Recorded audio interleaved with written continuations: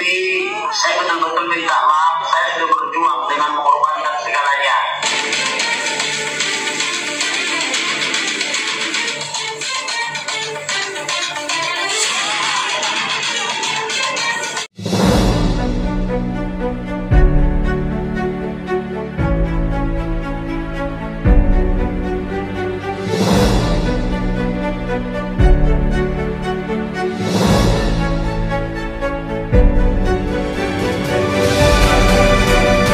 Haleluya, haleluya, shalom alaikum bishim hamasyah, saudaraku para pencinta channel Injil Habaget. Ketemu lagi dengan saya, Evangelis Avraham Effendi Usman. Bagaimana kabar Bapak Ibu semuanya? Tentunya luar biasa. Nah saudaraku, para pencinta channel Injil Habaget, saya selalu berdoa kepada Tuhan untuk saudara semuanya. Kemanapun saudara pergi, dimanapun saudara berada, dalam keadaan apapun saudara, proteksi Tuhan sempurna. Tuhan memberkati dan Tuhan menyertai saudara dimanapun saudara berada. Dan apapun yang saudara lakukan dan kerjakan selama tidak bertentangan dengan firman Tuhan, pasti dibuat oleh Tuhan berhasil. Dan saya mengucapkan terima kasih kepada Bapak Ibu semuanya yang selalu mendukung penginjilan Habaget. Nah saat ini Bapak Ibu, kita ingin membahas satu hal yang saya ambil di sebuah artikel. Di situ dikatakan Kamarudin Simanjuntak minta maaf ke publik, alasannya bikin terunyuh. Dan ini tidak ada orang yang tidak kenal Bapak Kamarudin Simanjuntak. Beberapa waktu yang lalu beliau membela Bapak Muhammad Kece karena dianggap penistaan agama oleh saudara kita dan oleh tetangga kita dari seberang. Nah setelah itu Bapak Kamarudin pegang juga kasus mengenai kematian Brigadir J. Kita melihat bagaimana sifat terjangnya Bapak Kamarudin Simanjuntak. Beliau saat ini pengacara yang sangat luar biasa, pengacara yang top Bapak Ibu, pengacara yang sangat andal dan pengacara yang sangat berani. Yang saya salut dari beliau adalah beliau berani berdiri teguh untuk melawan ketidakadilan. Sekalipun beliau diintimidasi, ditakut-takutin, beliau tetap melawan ketidakadilan. Padahal kita melihat sendiri kasus yang beliau pegang itu bukan kasus sembarangan Bapak Ibu, tetapi beliau memang saat ini dipakai Tuhan secara luar biasa.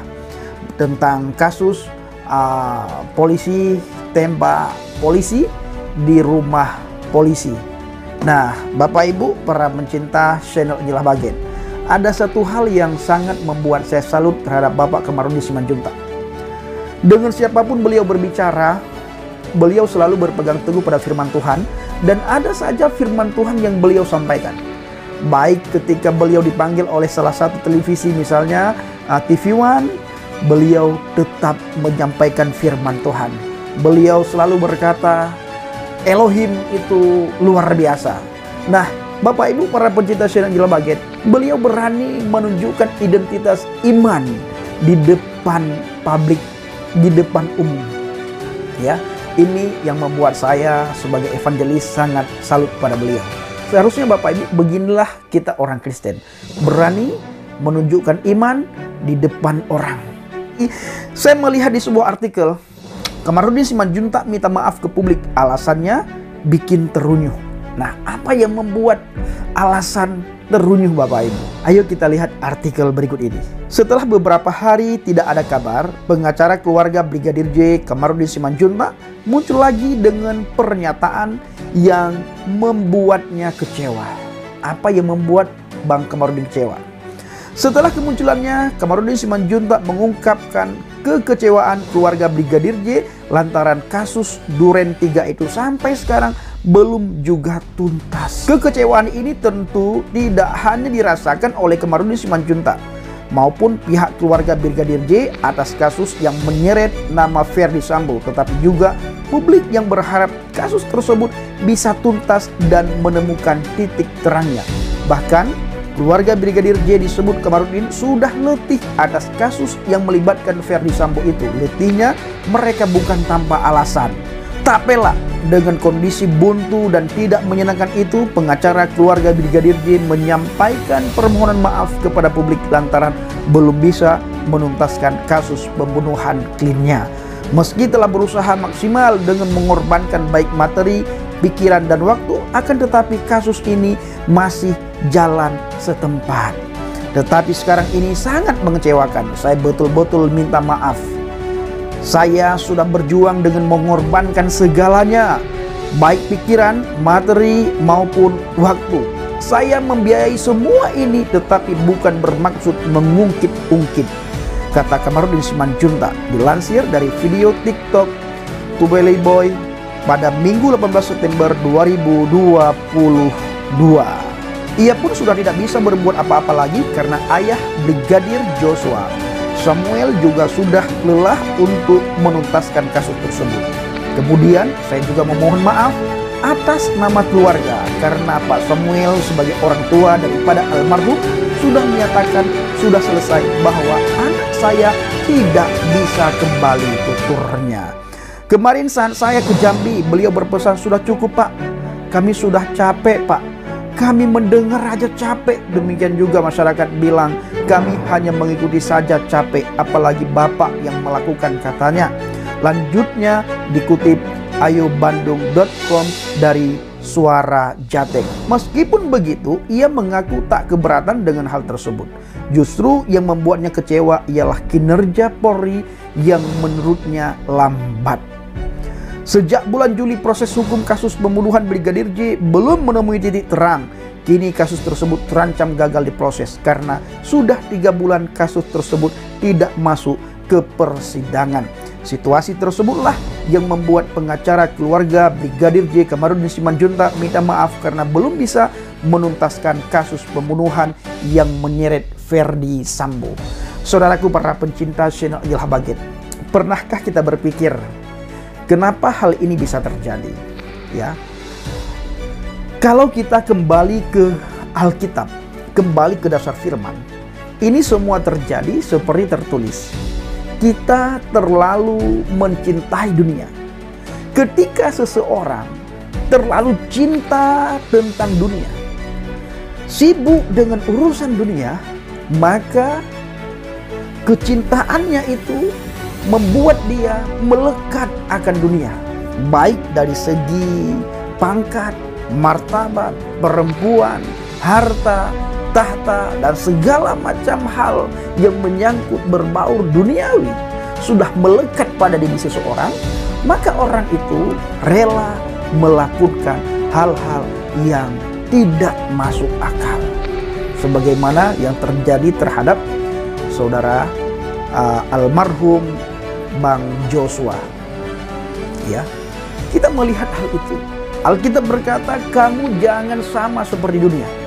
Semakin kita melekat erat intim dengan dunia Bapak Ibu, maka sifat-sifat dunia itu juga melekat pada kita. Apa itu sifat dunia?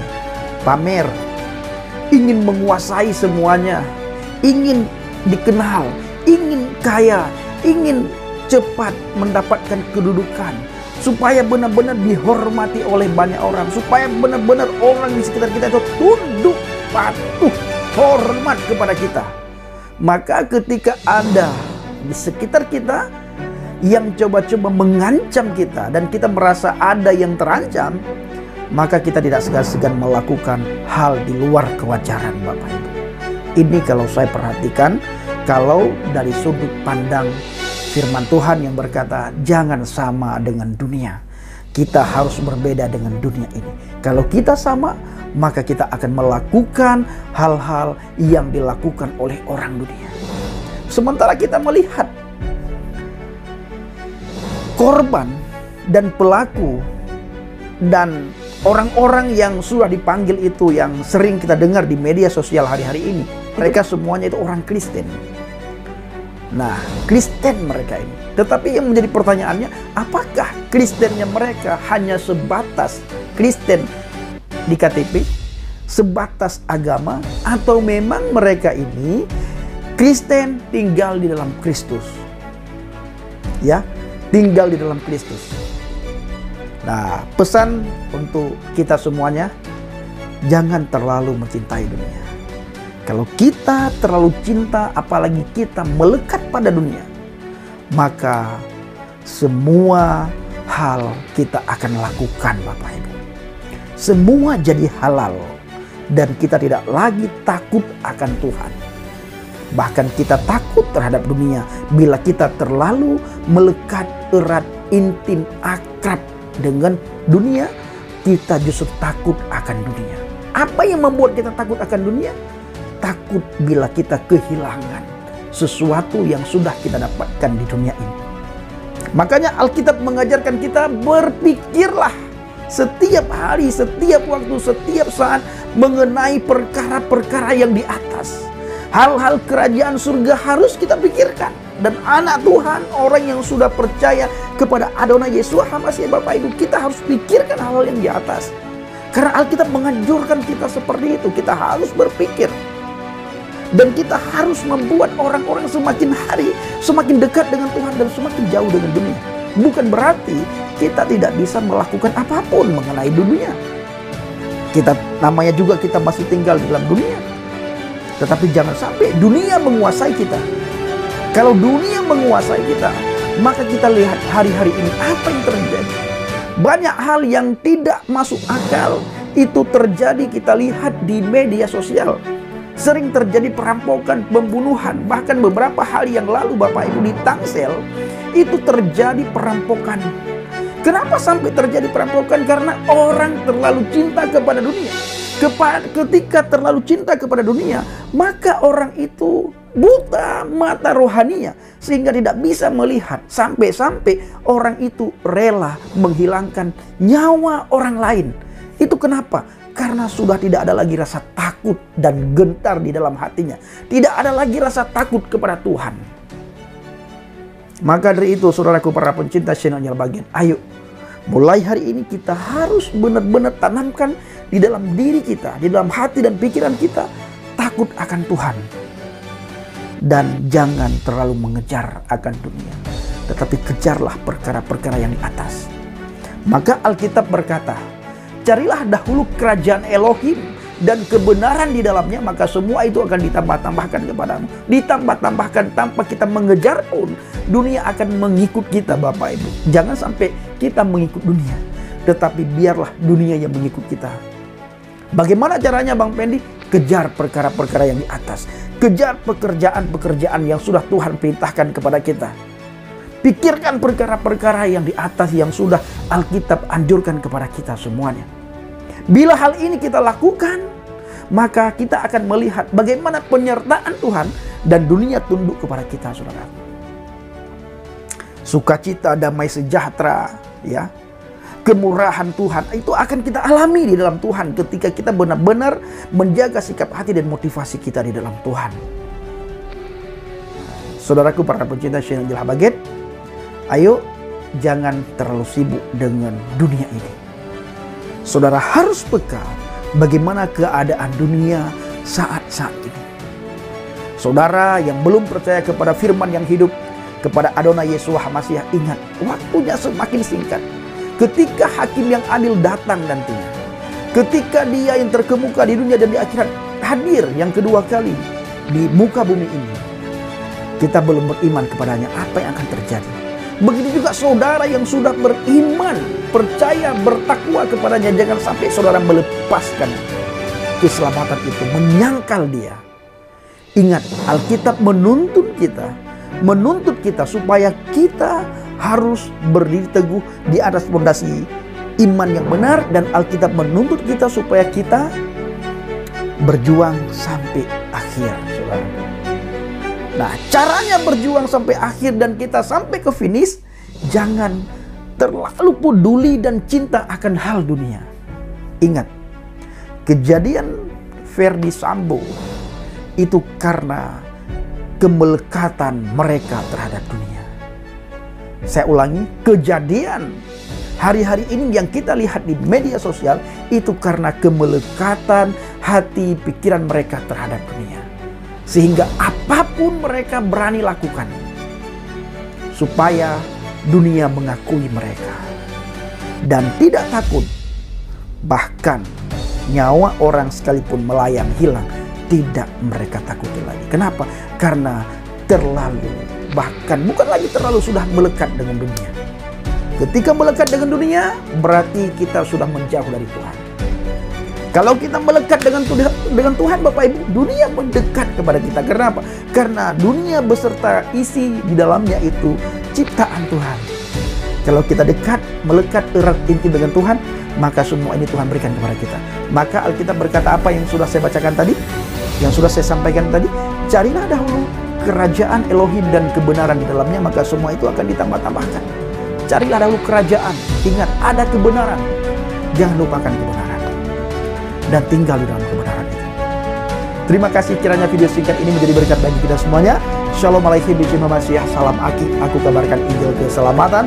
Bapak Yahya Yusuf Haruna Yesus Hamasiah, Ruah Kudus memberkati kita semua. Haleluya, amin, salam murtad.